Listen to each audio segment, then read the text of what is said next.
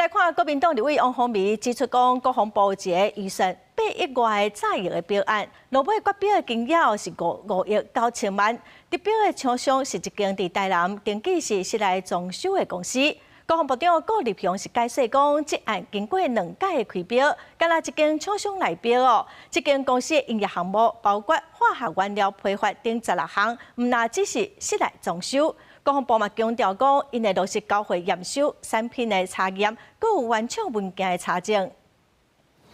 国民党议会王宏维七十日并且指出，一间登记地址伫台南叫做福美国际室内装修公司，用5.9亿得标国防部的 RDX 海哨机炸药采购案，质疑高价国防标案，甲得标公司营业项目无关系。国民党桃园市议员领土也伫并且表示，讲这间公司顶一摆承担政府案件是2013年，总统赖清德迄时阵做台南市长任内，得标有关公园有金台游乐设施加一万工程，建成器材甲道路路顶拥护，佮加上外界质疑是不是量身打造。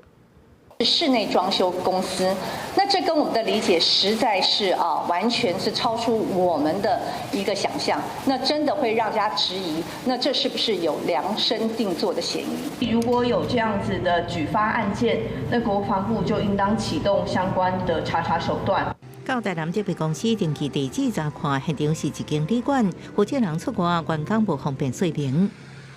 就这样多啊，就这样多啊。法律地位，民工家这种。哎呀，国际贸易真的我就不清楚，我知道他们有从事建筑行业。哦。老板娘真的都是跟你的互动都很好。国防部长顾立雄解释，厂商主要是代理进口，不是需要有资质3年。没有国内自制产能嘛，就是他只要有代理商的资格，那他能够向这个原厂取得这样子的一个输出许可证明跟原厂的来源的证明，然后提供这样的一个火药的原物料，让我们经过查验属实，那就可以履约嘛。国防部表示，这采购火药原物料是国内厂商无3年项目，11月18、12月初2摆开标，甲来福美公司投标，公司营业项目也毋那敢若是室内装修，符合招标文件规定，而且报价金额进入低价决标。后续国防部会做好相关的输出许可证明的查验，最后交会时阵，原厂来源证明的查证。记者综合报道。